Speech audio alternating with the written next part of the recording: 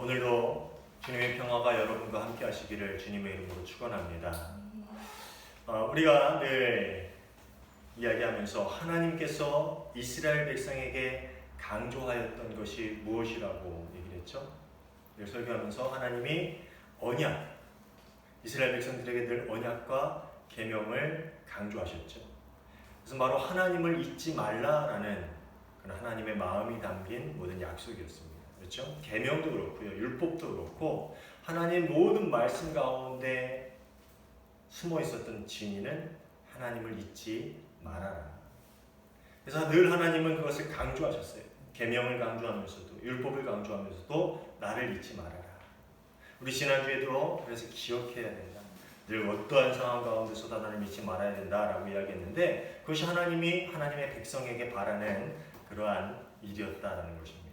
그런데 신명기는 출애굽기부터 민수기까지 이야기들, 즉 애굽을 나와서 광야를 떠도는 동안의 모든 일들을 반복해서 들려주는 이 모세의 이야기를 담고 있는 참 특이한 책입니다. 사실 신명기에 나오는 모든 내용들은요, 출애굽기부터 민수기까지 있었던 모든 일들을 다시 반복해서 하는, 어떻게 보면 좀 재탕하는 이야기예요.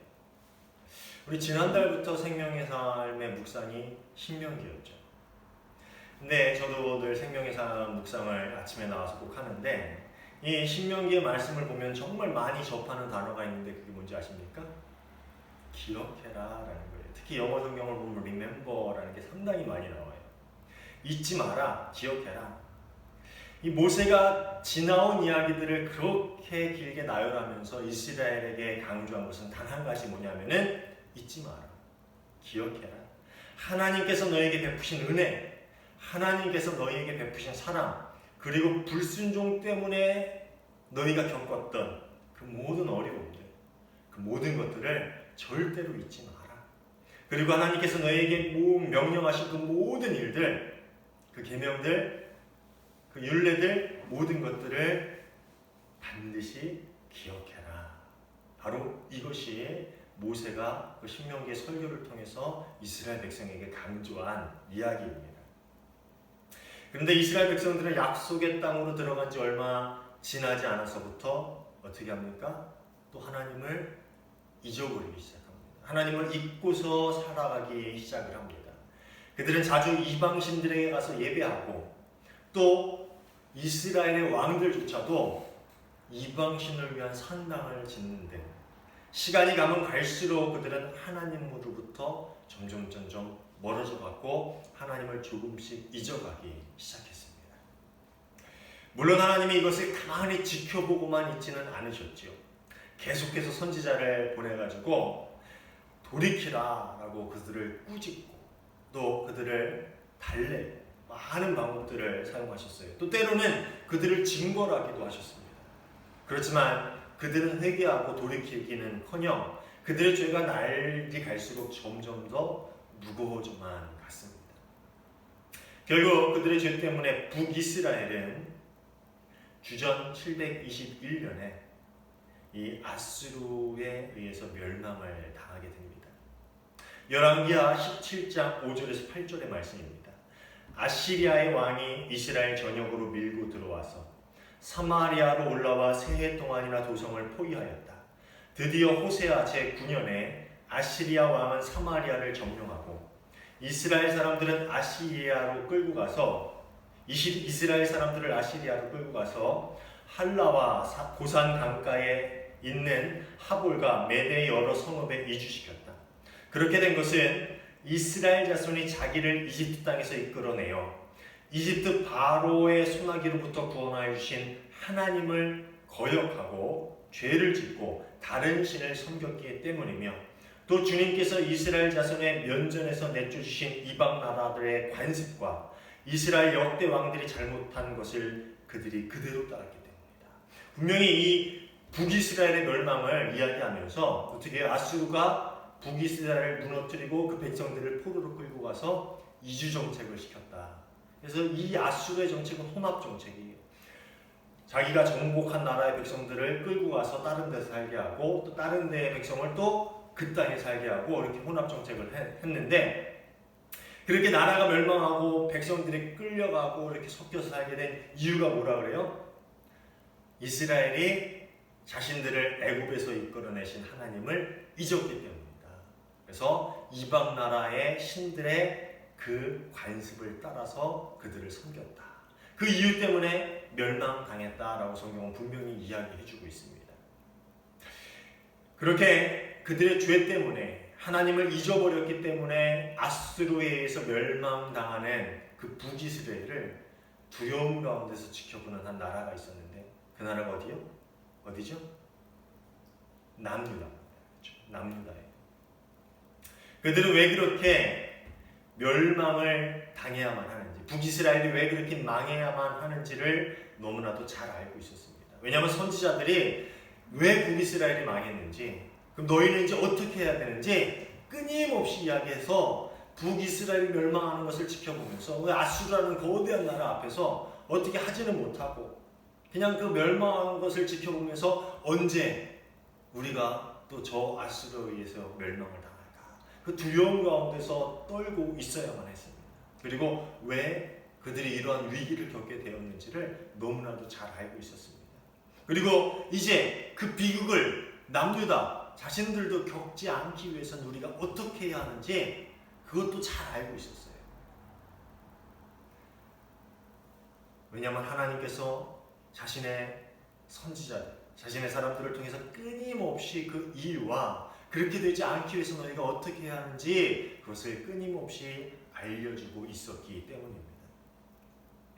끊임없이 남유다의 우상숭배와 타락을 경고하고 바른 길을 가라고 선포했던 선지자 누구죠? 예레미야죠. 북이스라엘의 멸망을 지켜보면서 남유다에게 끊임없이 선포했어요. 너희도 저렇게 되지 않으려면 어떻게 해야 된다? 회개하고 하나님께 돌이켜라.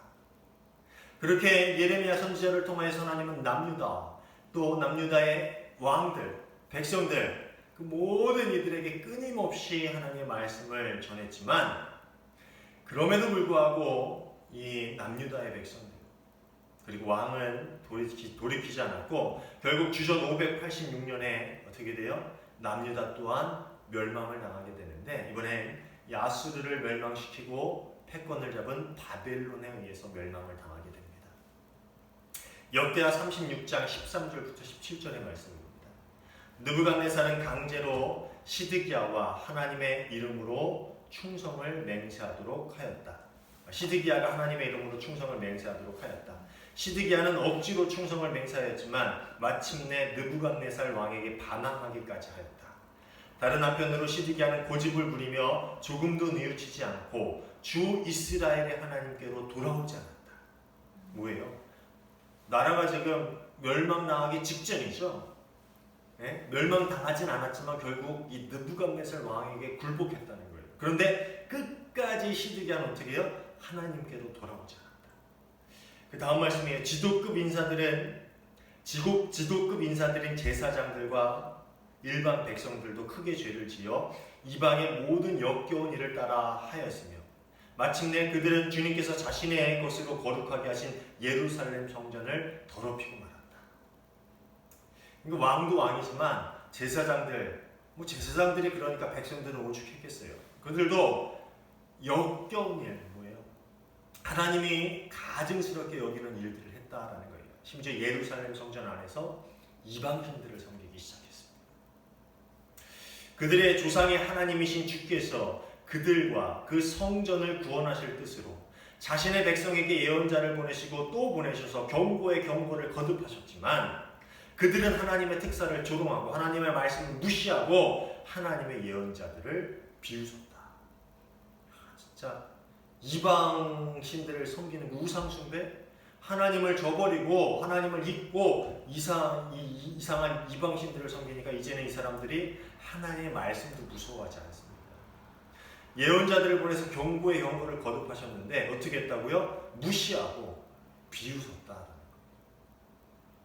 그러다가 마침내 자신의 백성을 향한 주님의 분노가 치솟으니 백성을 바로잡을 길이 전혀 없었다. 이젠 돌이킬 수가 없었다는 거죠. 하나님께서 바벨로니아의 왕을 불러다가 자신의 백성을 치게 하셨다. 그래서 그 왕은 유다의 젊은이들을 닥치는 대로 칼로 쳐 죽였다.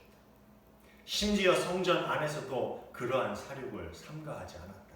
그 왕은 잔인하였다. 젊은이나 늙은이, 여자나 남자, 병약한 사람이나 건강한 사람을 가리지 않았다. 하나님은 이렇게 자신의 백성을 그 왕의 손에 넘기셨다. 결국 그들은 하나님을 잊고 하나님을 멀리 떠난 그 죄로 인해서, 그리고 거듭된 경고에도 돌이키지 않은 그 죄로 인해서 하나님께서 약속의 땅으로 그들에게 주신 그 땅을 잃어버리고 맙니다. 그리고 또다시 이국 땅에서 포로로서 살아가는 그 포로의 삶이 시작이 되지요.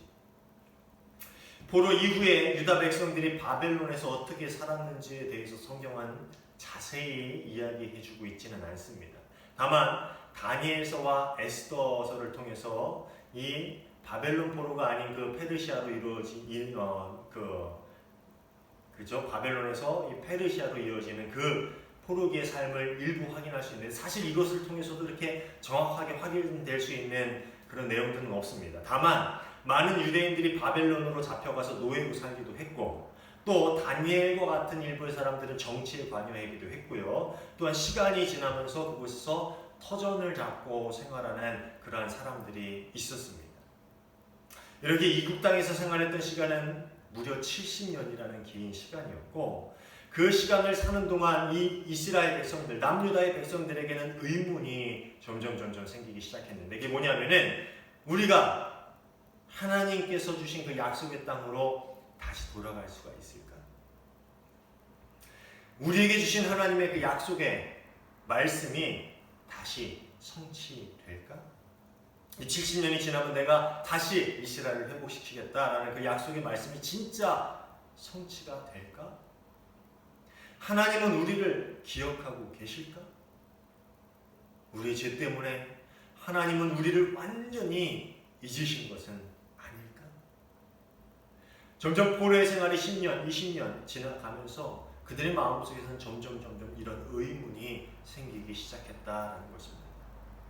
사실 우리도 살아가면서 종종 이 고난의 길이 길어지면은 이런 의문들이 생기기 시작하죠. 안 그렇습니까? 제가 몇 년 전에 약 2년 동안 정착할 사역지를 찾지 못하고 여기저기 떠돌던 생활, 진짜 떠돌이 생활을 좀 했었죠. 그렇게 하는 동안에 가장 많이 들었던 찬양이 바로 광야를 지나서라는 찬양입니다. 이게 좀 나온 지는 좀 됐더라고요. 그런데 제가 그 당시에 이 찬양을 처음 접했는데 그 2년이라는 시간 동안에 가장 많이 들었던 찬양이 이 찬양이에요. 당시에 그 찬양을 처음 들었는데 첫 부분이 이렇게 시작을 합니다. 왜 나를 깊은 어둠 속에 홀로 두시는지. 제가 그 당시에 그 찬양의 첫 가사를 딱 듣는 순간 눈물이 왈칵 쏟아졌던 기억이 납니다.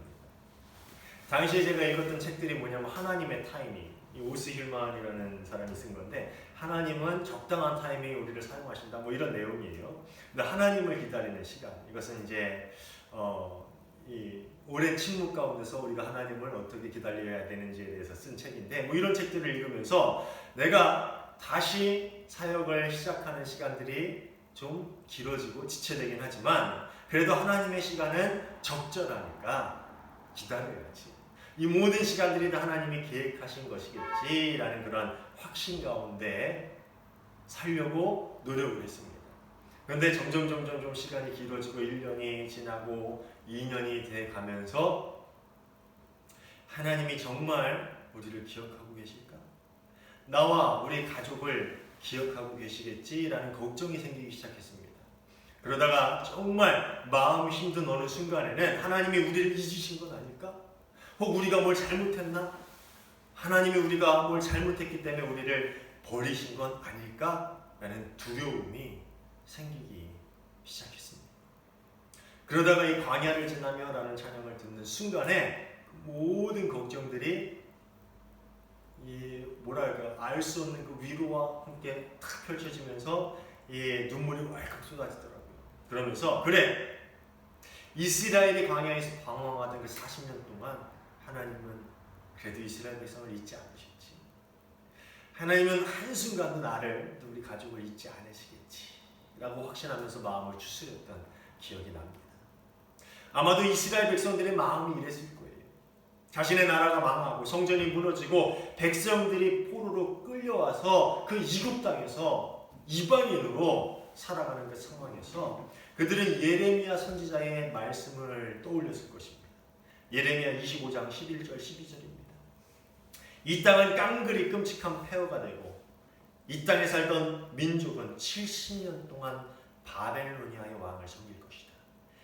이렇게 70년이라는 기한이 다 차면 내가 바벨로니아 왕과 그 민족과 바벨로니아 땅의 죄를 벌하며 그것을 영원한 황무지로 만들어 버리겠다. 나 주의 말이다. 아마도 그들은 포로의 삶이 시작되고 처음 몇 년 동안은 하나님은 반드시 우리를 그 약속의 땅으로 다시 돌아가게 하실 거예요. 우리가 회개하고 하나님의 말씀을 따르고 다시 순종하고 하나님의 말씀 안에서 살아가기 시작한다면 하나님은 우리에게 하신 언약을 꼭 지킬 거야.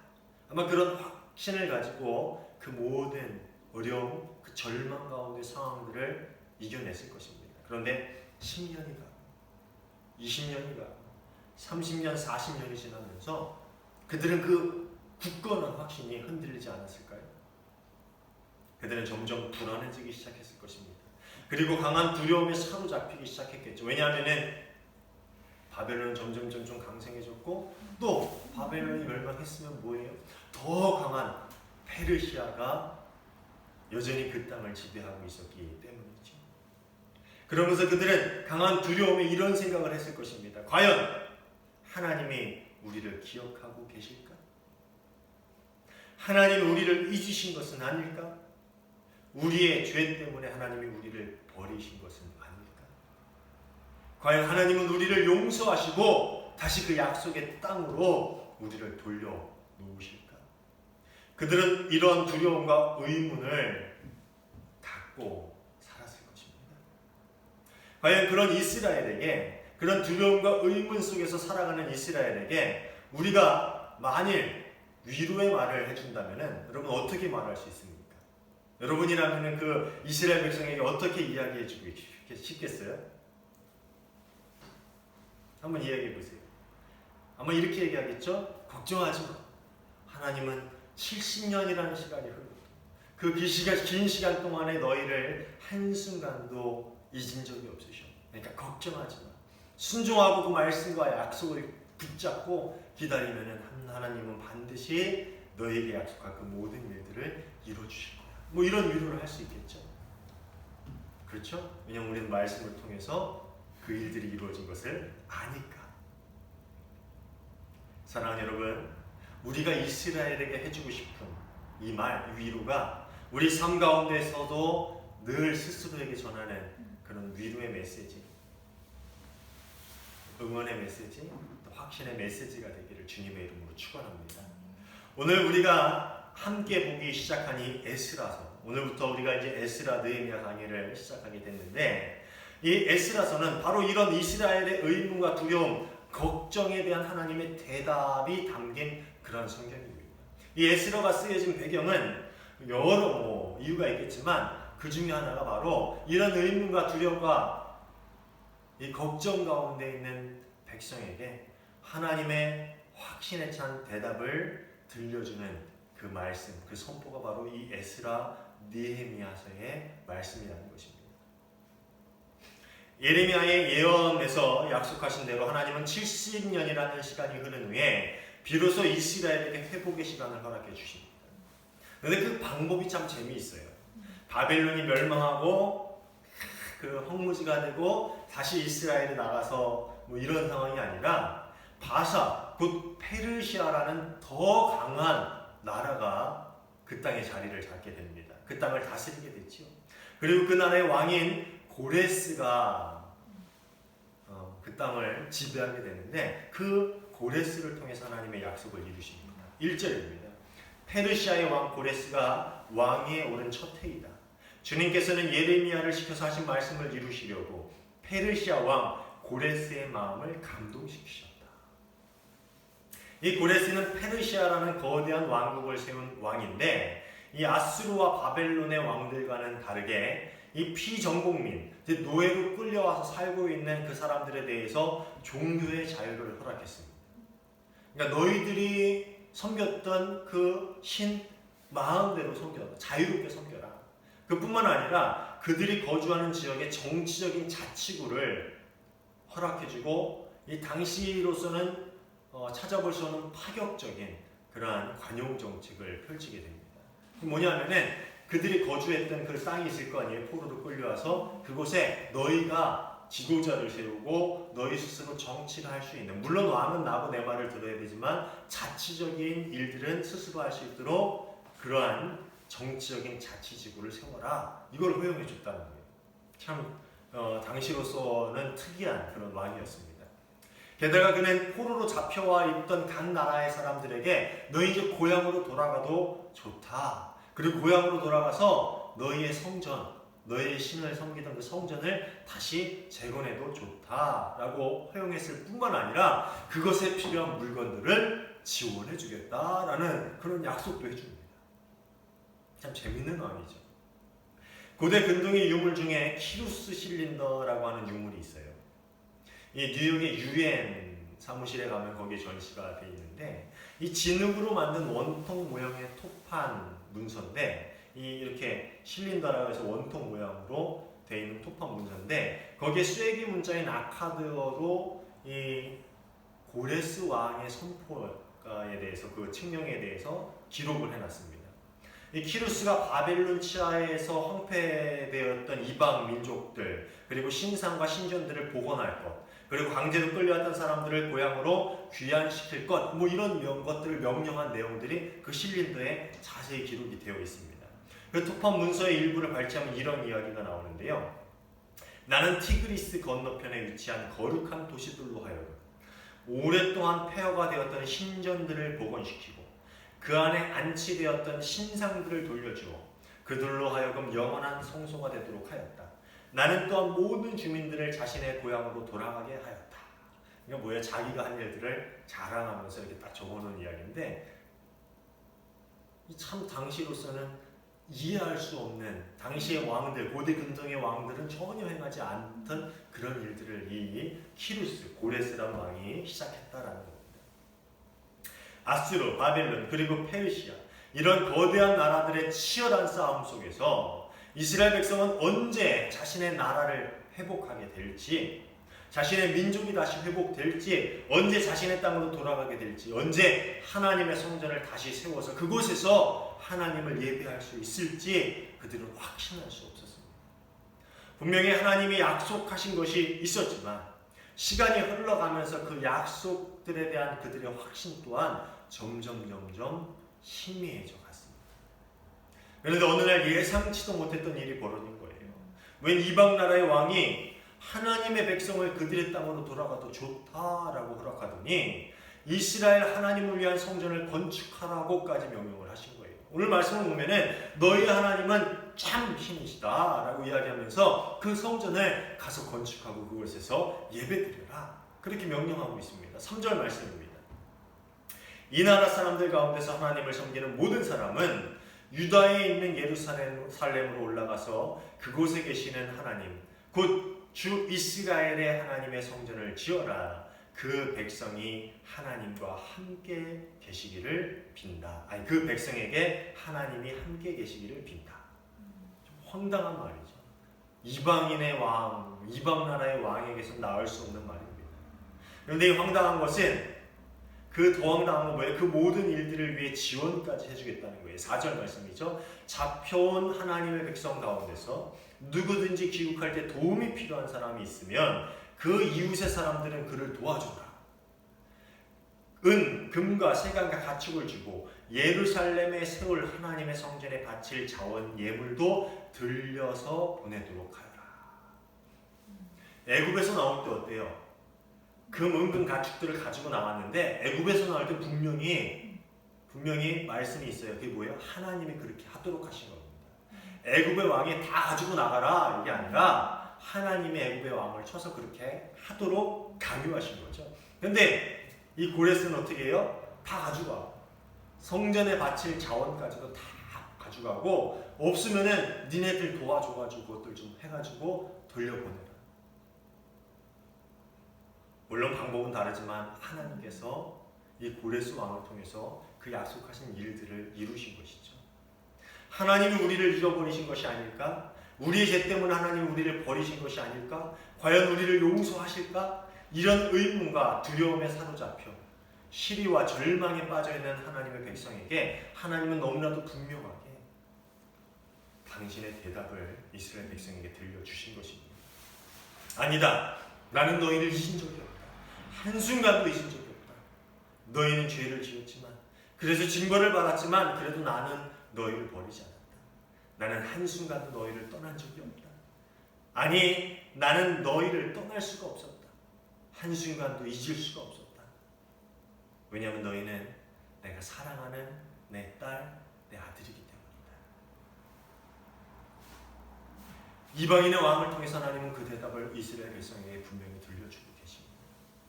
하나님은 우리가 볼 수 없는 역사의 흐름 가운데서도 이스라엘을 늘 지켜보고 계셨어요. 이스라엘에게 필요한 일들을 이루어가고 계셨습니다. 자신이 약속한 모든 일들을 이스라엘에게 반드시 성취하시는 그런 하나님이셨습니다.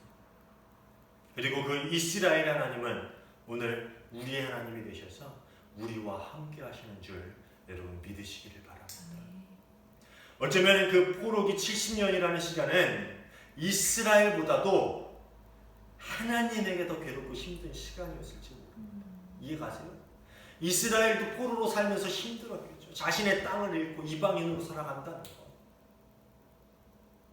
저는 뭐 외국에서 살아본 적은 없지만 그래도 그 몇 개월 동안 교육 때문에 미국에서 또 인도에서 뭐 이렇게 있으면서 그 단 몇 개월 동안 있는 게 쉽지 않더라고요. 남의 나라에 있는 게. 때로는 인종차별을 당하기도 하고요. 또 때로는 너무 맞지 않는 것들이 많아서. 그런데 70년을 이방 땅에서 산다는 거 얼마나 힘들겠어요. 이스라엘에게 정말 힘든 시간이었죠. 그런데 이스라엘보다 더 힘들었던 그 시간을 더 괴롭고 가슴 아프게 보냈던 분이 바로 하나님이시라는 겁니다. 제가 아는 분의 이야기를 하나 들려드리려고 합니다. 제 이야기는 절대 아니고요. 제가 아는 분의 이야기입니다. 그분이 얼마 전에 딸 아이를 혼낸 적이 있다고 합니다. 근데 딸 아이가 죄송해요, 잘못했어요 라고 빌기는커녕 혼내고 나서 아빠를 멀리하더래요. 아빠는 처음에 괘씸하고 너무나도 그냥 그래가지고 마찬가지로 딸한테 말도 안 걸고 그냥 본체만 취하고 이렇게 살았대요. 그러면은 아빠 마음은 어떨까요? 사무실에 나와도 밥은 먹고 다니는지 학원은 잘 갔는지 이게 언제쯤 와서 잘못했다고 그러는지 뭐 계속 걱정되고 계속 생각나고 그러더랍니다. 그리고 시간이 갈수록 더 초조해지는 건 딸일까요? 아빠일까요? 아빠겠죠. 아빠는 시간이 갈수록 더 초조해지는 거예요. 게다가 그 냉정 가운데 있는 그 시간들 가운데서 딸의 생일이 다가오기 시작하더랍니다. 딸의 생일이 다가오는데 생일을 축하해 주기에는 좀 먹졌죠.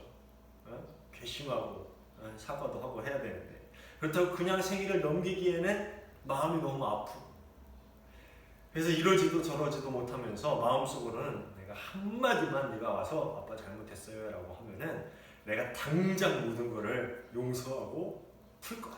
그러니까 한마디만 해.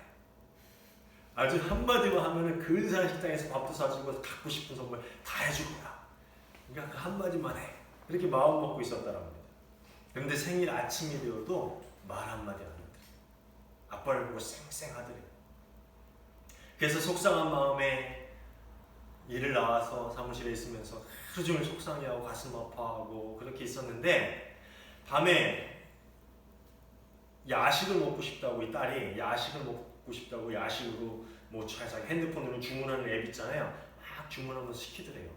이게 나한테 말도 안 걸고 나한테 사달라 그러면 내가 사줄 텐데 지가 그냥 주문을 하네. 속상해서 이렇게 방에 들어가서 누워있는데 한 방에 누워있는데 야식이 딱 왔는데 방에 싹 들어오더래요. 이 딸이 들어와서 아빠 자식 안 먹어? 그러니까 아빠가 어떻게 했겠어요? 심층해서 난 안 먹어. 쳐다도 안 보고 안 먹어야 돼요. 그 딸이 싹 나갔으면 얼마나 속상했겠어요. 근데 딸이 아빠 그러지 말고 같이 먹자. 이 아빠가 어떻게 했을 것 같아요? 그래 하면서 벌떡 일어나서 같이 나가가지고 맛있게 그 야식을 먹으면서 그동안 하지 못했던 수다들도 늘어놓고 이렇게 훈훈하게 마무리가 되었다라는 거예요. 그리고 생일날 못 챙겨준 생일 케이크랑 선물 근사한 저녁은 그 다음날 이렇게 다 해주었다라는 그런 훈훈한 이야기. 제 이야기는 아니고요. 제가 아는 사람 이야기입니다. 저희 집사람이 절대 저희 가족들 이야기를 예화로 쓰지 말라 그래서 제가 아는 사람 이야기라는 것을 강조를 드립니다. 오늘 말씀을 준비하면서 그 일들이 떠오르면서 우리가 그 긴 고난의 터널을, 그 고난의 광야를 지나고 있을 때 우리 하나님께서는 과연 어떤 마음일까라는 생각을 해보았습니다. 이스라엘이 70년이라는 긴 포로의 시간을 겪는 동안 그 시간이 빨리 지나가기를 가장 간절히 바라고 계셨던 분은 누구셨을까요? 바로 하나님이셨습니다. 빨리 시간이 지나라. 내가 내 백성을 속히 축복하고 싶다. 내가 저들을 빨리 위로하고 싶다. 내가 내 자녀들을 하루라도 빨리 따뜻하게 안아주고 싶다. 하나님은 70년 내내 이런 마음으로 그들을 기다리고 계셨을 것입니다. 마찬가지로 우리가 때로는 광야를 지날 때에 하나님은 우리보다도 더 간절하게 그 시간의 끝이 나기를 기다리고 계십니다. 나를 잊지 않으셨을까? 나를 버리지 않으셨을까? 걱정되십니까? 전혀요. 하나님은 우리를 잊지 않으시고 우리를 버리시지 않으시는 게 아니라 잊지 못하시고 버리시지 못하십니다. 안 그러시는 게 아니라 못 그러십니다. 우리가 하나님을 사랑하는 마음보다 하나님이 우리를 사랑하는 마음이 훨씬 비교되지도 않을 정도로 더 크기 때문입니다. 사랑하는 여러분, 하나님은 잊지 않으십니다. 아니 잊지 못하십니다. 우리를 기억하고 계십니다. 우리를 위해 가장 좋은 일들을 예비하고 하루속히 그 일들이 이루어질 날들을 우리보다 더 간절히 기다리고 계십니다. 사랑하는 여러분, 오늘도 그 하나님의 사랑에 감사하면서 기쁨으로 하나님이 주신 그 모든 시간들을 이겨낼 수 있는 저와 여러분 모두가 되시기를 간절히 부탁을 드립니다. 특별히 코로나로 인해서 어려운 가정들도 많고 또 이 시대에 어려운 교회들이 있지요. 하나님 왜 이 어려운 시간들을 우리에게 주셨습니까? 도대체 이 어려운 시간들, 이 교회들이 핍박당하고 손가락질 당하고 이런 시간들이 어느 때까지 계속되게 합니까? 우리보다도 하나님이 더 그 시간들이 끝나기를 기다리고 계세요. 왜냐하면 하나님은 우리를 잊지 못하시는, 우리를 너무나도 사랑하시기에 우리를 버리지 못하시는 그런 분이기 때문입니다. 그렇기에 이 모든 시간들을 통해서 그 하나님을 더욱더 찬양하고 감사하며 혹 여러분 가정에 또 여러분 삶에 그 고난의 시간들, 그 광야의 시간을 겪고 있다면 그 시간들 가운데서 우리를 눈물 흘리며 바라보시는 그 하나님을 떠올리며 그 하나님을 기억하며 그 모든 시간 감사함으로 기쁨으로 이겨낼 수 있는 저와 여러분 모두가 되시기를 주님의 이름으로 축원합니다. 기도하겠습니다. 참 좋으신 하나님 감사합니다. 저희가 늘 부족하고 너무나도 쉽게 주님을 잊고 범죄하며 살아가는 어리석은 죄인임에도 불구하고 저희를 너무나도 사랑하여 주셔서 한순간도 잊지 못하시고 저희를 늘 바른 길로, 선한 길로, 또 가장 귀하고 축복된 길로 인도하여 주심에 감사를 드립니다. 저희의 그 고난의 모든 길들이 빨리 끝나기를 더 간절히 기도하며 기다리시는 그 주님을 바라보며 우리 모든 힘든 시간들을 감사함으로 기쁨으로 또 행복 가운데서 이겨낼 수 있는 저희가 되게 하여 주시옵소서. 우리를 잊지 않으신, 아니 잊지 못하시는 그 하나님께 늘 찬양하며 그 모든 시간 하나님께 영광 돌리는 우리의 귀한 삶이 되게 하여 주시옵소서. 그리고 이 모든 시간들, 우리 한국교회에게 주신 이 고난의 시간들을 통해서, 또 우리 각자에게 주신 그 모든 광야의 시간들을 통해서 오히려 하나님을 사랑하는 마음이 더 커지고 그 믿음이 더욱더 성장할 수 있는 저희 모든 대한민국의 그리스도인들, 그리고 우리 모두가 되게 하여 주시옵소서. 늘 우리를 기억하시고 동행하여 주심에 감사하며 예수님 이름으로 기도하옵나이다.